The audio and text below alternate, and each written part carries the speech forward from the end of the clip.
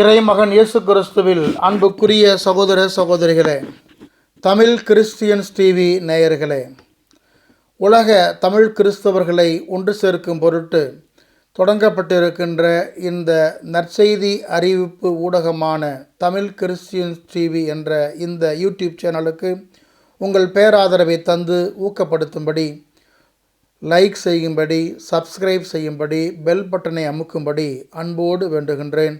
நீங்களும் உங்களுடைய உற்றார், உறவினர், ஊரார், நண்பருக்கு பகிர்ந்து நற்செய்தி அறிவிப்பு பணியில் ஈடுபடும்படி தாழ்மையுடன் வேண்டுகின்றேன்.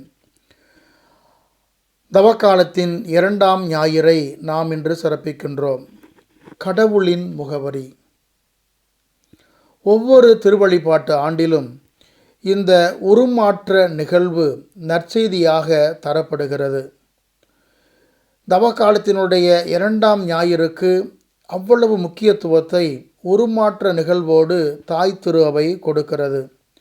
1ஆம் ஆண்டு மத்தேயு நற்செய்தியிலிருந்தும் 2ஆம் ஆண்டு மார்க்கு நற்செய்தியிலிருந்தும் இந்த 3ஆம் ஆண்டு லூக்கா நற்செய்தியிலிருந்தும் இந்த உருமாற்ற நிகழ்வு நற்செய்தி இடம்பெறுகிறது. எந்த அளவுக்கு திரு அவை இந்த உருமாற்ற நிகழ்வுக்கு முக்கியத்துவம் தருகிறது என்பதை நம்மால் புரிந்து கொள்ள முடிகிறது. ஆம், அன்புக்குரிய சகோதர சகோதரிகளே, இன்றைய லூக்கா நற்செய்தி மற்ற நற்செய்தியிலிருந்து சற்று மாறுபட்டு இந்த பின்னணியை, இயேசுவினுடைய மாட்சிமையை, அவருடைய ஜெப அனுபவத்தை அவ்வளவு அழகாக பதிவு செய்கிறது. ஒவ்வொரு நற்செய்தியாளருமே இந்த உருமாற்ற நிகழ்வுக்கு அவ்வளவு முக்கியத்துவம் கொடுத்து செயல்படுகின்றார்கள். தொடக்க திரு அவையிலே இந்த உருமாற்ற நிகழ்வுக்கு அவ்வளவு முக்கியத்துவம் கொடுக்கப்பட்டது என்பதை புரிந்து கொள்ள வேண்டும். இது அவ்வளவு மிகப்பெரிய தாக்கத்தை தொடக்க திரு அவையில் நிச்சயமாக ஏற்படுத்தி இருக்க வேண்டும். ஆண்டவருடைய உயிர்ப்பு நிகழ்வுக்கு பிறகு தொடக்க திரு அவை அதிகம் சிந்தித்த ஒரு நிகழ்வு இந்த தாபோர் மலை உருமாற்ற நிகழ்வு. இந்த தொடக்க திரு அவைக்கு மட்டுமல்ல, மாறாக இந்த 3 திருத்தூதர்களுக்கும் இந்த 3 திருத்தூதர்களுக்கும் யாக்கோபு, யோவான் மற்றும் பேதுருவுக்கும் அது மிகப்பெரிய தாக்கத்தை ஏற்படுத்தி இருக்க வேண்டும்.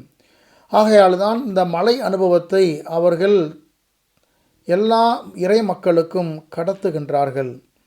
அன்புக்குரியவர்களே, இது சூழ்ச்சியாக புனைந்த புனைவு கதை அல்ல, மாறாக நிகழ்ந்த நிகழ்வு.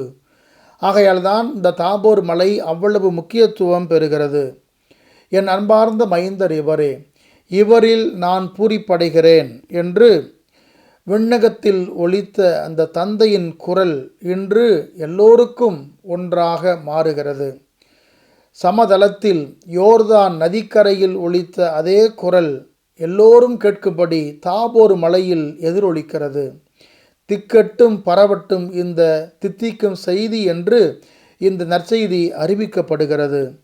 ஆம், அன்புக்குரியவர்களே, இந்த அனுபவம் பேதுருவுக்கு மிகப்பெரிய மாற்றத்தை ஏற்படுத்தியது. ஆகையால் தான் தாம் எழுதிய திருமுகத்திலே இந்த சம்பவத்தை, இந்த நிகழ்வை அவர் நினைவு கூறுகின்றார். பேதுரு எழுதிய 2ஆம் திருமுகம் அதிகாரம் 1 16 முதல் 18 முடிய உள்ள இறைவசனங்களில் நாம் இதனை பார்க்கிறோம். என் அன்பார்ந்த மைந்தர் இவரே, இவர் பொருட்டு நான் பூரிப்படைகிறேன் என்று மாட்சிமிகு விண்ணகத்திலிருந்து அவரை பற்றிய குரல் ஒலித்தபோது தந்தையாகிய கடவுளிடமிருந்தும் மதிப்பும் மாட்சியும் பெற்றார். தூய மலையில் அவரோடு இருந்தபோது விண்ணிலிருந்த வந்த அந்த குரலொலியை நாங்களே கேட்டோம் என்று சொல்லுகின்றார். நான் கேட்டேன் என்று அவர் தன்னோடு நிறுத்தி கொள்ளவில்லை, நாங்கள் கேட்டோம் என்று அவர் சான்று பகர்கின்றார். நிச்சயமாக ஒருவர் மற்றவரோடு அந்த நிகழ்வை, அந்த குரலொலியை பகிர்ந்து கொண்டிருக்க வேண்டும். ஆகையால் தான் பேதுரு தாம் எழுதிய திருமுகத்திலே நாங்கள் கேட்டோம் என்று பதிவு செய்கின்றார். இங்கே பன்மை அடிக்கோடிட்டு குறிக்கப்பட வேண்டிய ஒரு வார்த்தை. ஆகையால் அன்புக்குரிய சகோதர சகோதரிகளே, இந்த மலை அனுபவம் ஒரு மகத்தான அனுபவம். அவருடைய வாழ்க்கையை புரட்டி போட்ட அனுபவம். ஆகையால் தான் ஆண்டவரே இங்கேயே இருப்பது நல்லது என்று அவர்கள் சான்று பகர்கின்றார்கள். உமக்கு ஒன்றும், மோசேவுக்கு ஒன்றும், எலியாவுக்கு ஒன்றுமாக 3 கூடாரங்களை அமைக்க விரும்புகிறோம் என்று சொல்லுகின்றவர்கள் தங்களுக்கான கூடாரங்களை மறந்ததும் அதனால்தான். ஆகையால் இந்த 3 திருத்துதர்களுக்கும் இந்த நிகழ்வு முக்கியத்துவம் பெறுகிறது. 3 நற்செய்தியாளர்களுக்கும் இந்த மலை அனுபவம் மிக முக்கியமான பாடத்தை கற்பிக்கிறது. ஆகையால் தான் அன்புக்குரியவர்களே, அவர்கள் ஆணித்தரமாக இந்த நிகழ்வை பதிவு செய்கின்றார்கள். அன்புக்குரியவர்களே, ஒத்தமைவு நற்செய்திகளான மத்தேயு, மார்க்கு, லூக்கா இந்த 3 நற்செய்திகளிலும் ஏன் இந்த சம்பவம், இந்த நிகழ்வு இடம்பெற வேண்டும்? அவர்கள் இந்த நிகழ்வை ஏதோ ஒரு இடத்தில் புகுத்தியதாக தெரியவில்லை. மாறாக அவர்கள் அறிந்து உணர்ந்து இந்த நிகழ்வை எங்கு பதிய வேண்டுமோ அங்கு அழகாக பதிந்து வைத்திருக்கின்றார்கள். 3 நற்செய்திகளை படிக்கிற போது இந்த வரிசை மிக முக்கியமான இடத்தை பெறுகிறது. பேதுரு, ஆண்டவரே நீரே மெசியா, வாழ்வு தரும் வார்த்தைகள் உம்மிடம்தானே உள்ளன என்று சொல்லி மெசியாவை பற்றிய அறிக்கையை அவர் வெளியிடுகின்றார். அதனைத் தொடர்ந்து இயேசு தமது சாவை பற்றி முதல் முறையாக அவர் அறிக்கையிடுகின்றார். அந்த அறிக்கைக்கு பிறகு இரண்டாவதாக இந்த நிகழ்வு, உருமாற்ற நிகழ்வு இடம்பெறுகிறது. அதனைத் தொடர்ந்துதான் இரண்டாவது முறையாக ஆண்டவர் இயேசு தமது சாவை முன்னறிவிக்கின்றார். இந்த ரீதியில்தான் நற்செய்தி 3மே கட்டமைக்கப்படுகிறது. ஆகையால் அன்புக்குரிய சகோதர சகோதரிகளே, இந்த தவக்காலம் நம்மை ஆண்டவருடைய பாடுகளை நோக்கி இட்டு செல்லுகின்ற காலம், கல்வாரி மலையை நோக்கி இட்டு செல்லுகின்ற காலம். ஆகையால் தான் இந்த தவக்காலத்திலே இந்த உருமாற்ற நிகழ்வு தொடக்கத்திலேயே கொடுக்கப்படுகிறது. ஆம் அன்புக்குரிய சகோதர சகோதரிகளே, நாம் புனித வாரத்தை இங்கு அனுபவிக்க வேண்டும். ஆண்டவருடைய உயிர்ப்பினுடைய முன் அடையாளத்தை நாம் இங்கு சுவைக்க வேண்டும் என்றுதான் தாய் திரு அவையும் விரும்புகிறது, நற்செய்தியாளர்களும் விரும்புகின்றார்கள். ஆகையால் தான் இந்த நிகழ்வு நமக்கு முன்கூட்டியே கொடுக்கப்படுகிறது. பழைய ஏற்பாட்டிலே மலை என்பது மிக முக்கியமான இடத்தை பெறுகிறது. ஆண்டவர் உரைகின்ற இடம், திருப்பிரசனத்திற்கு அடையாளம். விடுதலை பயணம் அதிகாரம் 24, 15, 16 நாம் இதனை பார்க்கிறோம். ஆகையால் தான் எப்படி ஆபிரகாமுக்கு மோரியா மலை அனுபவம் முக்கியம் வாய்ந்ததோ, எப்படி மோயிசனுக்கு சீனாய் மலை அனுபவம் எவ்வளவு முக்கியத்துவம் வாய்ந்ததோ, எப்படி எலியா இறைவாக்கினருக்கு கார்மேல் மலை எவ்வளவு முக்கியத்துவம் வாய்ந்ததோ, அப்படியே ஆண்டவர் இயேசுவுக்கு இந்த தாபோர் மலை அவ்வளவு முக்கியத்துவம் வாய்ந்தது.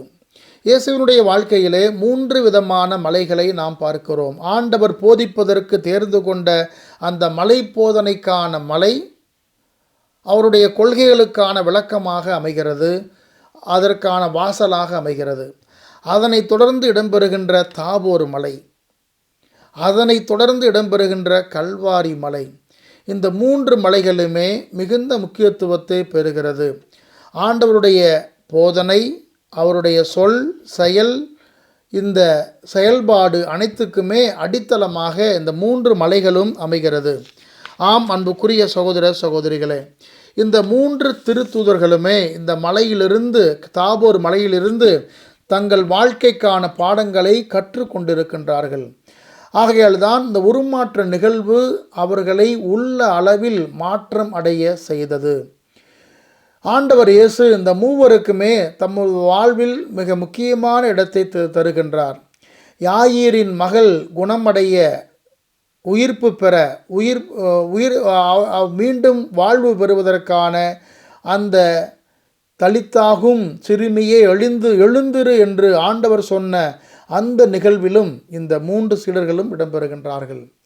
அதன் பிறகு ஆண்டவர் இயேசு கெத்சமனியிலே, ஆண்டவர் இயேசு இந்த உருமாற்ற நிகழ்வு நடைபெற்ற போதும் இந்த மூவரையும் தமக்கென்று தம்மோடு அழைத்து கொள்ளுகின்றார். 3ஆவதாக கெத்சமனியிலே அவர் இரத்த வியர்வை சிந்தி தமது வாழ்வை அர்ப்பணிப்பதற்கான பயணத்தை தொடங்குகிற போது அது நிகழ்கிறது. இந்த மூவரும் அழைக்கப்படுகின்றார்கள். ஆகையால் இந்த மூவருமே இயேசுவினுடைய இந்த முக்கியமான நிகழ்வுகளில் இயேசுவோடு இருந்திருக்கின்றார்கள். ஆகையால் தான் பேதுருடைய வாழ்க்கையிலே இது மிகுந்த முக்கியத்துவத்தை பெறுகிறது.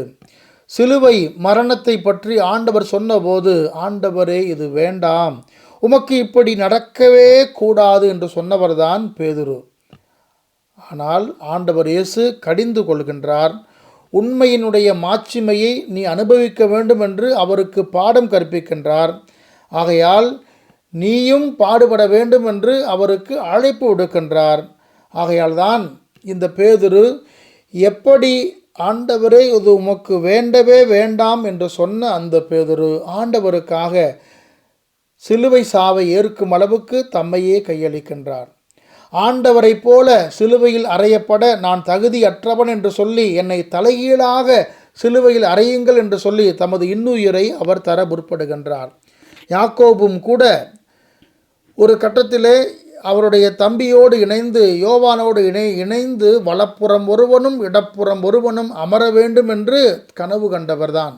ஆனால் இந்த தாபோர் மலை அனுபவத்தை பெற்ற பிறகு அவருடைய வாழ்க்கையிலே ஆண்டவருக்காக தம்மை கையளிக்க வேண்டும் என்ற அந்த எண்ணம் மேலிடுகிறது. ஆண்டவருக்காக தம்மை அர்ப்பணிக்க அவர் முன் வருகின்றார். ஆகையால் தான் அவரும் பாடம் கற்றுக்கொள்ளுகின்றார். ஆண்டவருக்காக சிலுவை மரணத்தை அவரும் எதிர்கொள்கின்றார். புனித யோவானும் அப்படிப்பட்டவர்தான். அவரும் ஆண்டவருக்கான அந்த அனுபவத்தை பெற்றுக்கொண்டவராக அந்த அனுபவத்தை ஆழ்ந்து தியானித்து அதனை காட்சிப்படுத்தி எழுதுகின்ற ஆற்றலை பெற்றார். யோவான் நற்செய்தி அதற்கு சாட்சி, திருவெளிப்பாடு அதைவிட அதற்கு சாட்சியாக அமைகிறது. ஆகையால் அன்புக்குரிய சகோதர சகோதரிகளே, கல்வாரியை நோக்கிய இந்த பயணத்திலே நாமும் ஆண்டவரோடு பங்கெடுக்க வேண்டும். எப்படி ஆண்டவர் இயேசு இந்த 3 பேரையும் தம்மோடு இந்த மலை அனுபவத்திற்கு அழைத்து கொண்டாரோ, அதே போன்று இன்றும் ஆண்டவர் இயேசு தம்மோடு இருக்க, தம்மோடு தங்குவதற்காக நம்மையும் அழைக்கின்றார். நம்மையும் அவர் தேர்ந்து கொள்கின்றார். ஆகையால் இந்த திரு அவை விண்ணகம் நோக்கிய பயணத்திலே பயணிக்க வேண்டும். இன்றைய 2ஆம் வாசகம் சொல்வது போல நமக்கே விண்ணகமே தாய்நாடு என்ற மனப்பான்மை நமக்குள் வேரூன்ற வேண்டும். லூக்கா நற்செய்தியாளர் இந்த நிகழ்வை எவ்வளவு அனுபவபூர்வமாக அமைக்கிறாரோ அந்த ஜெப அனுபவம் நமதாக வேண்டும். ஆம் அன்புக்குரிய சகோதர சகோதரிகளே, இந்த தவக்கால பயணத்திலே நாமும் பங்கெடுப்போம். ஒரு மாற்றத்தை விட உள்ள மாற்றத்தை ஆண்டவர் இயேசு விரும்புகின்றார். ஜெபம், தவம், அறம் கூடிய இந்த 3ம் கூடிய இந்த தவக்கால பயணத்திலே நாமும் ஆண்டவரோடு பங்கெடுப்போம். ஆமென். யூடியூப் சேனலுக்கு சப்ஸ்கிரைப் செய்து இந்த வீடியோவை லைக் செய்து உங்களுடைய உற்றார், உறவினர், நண்பர்கள் மற்றும் ஊராருக்கு இந்த காணொளியை பகிர்ந்து அனைவரும் ஆதரவு தர உதவும்படி உங்களை அன்புடன் வேண்டுகின்றேன்.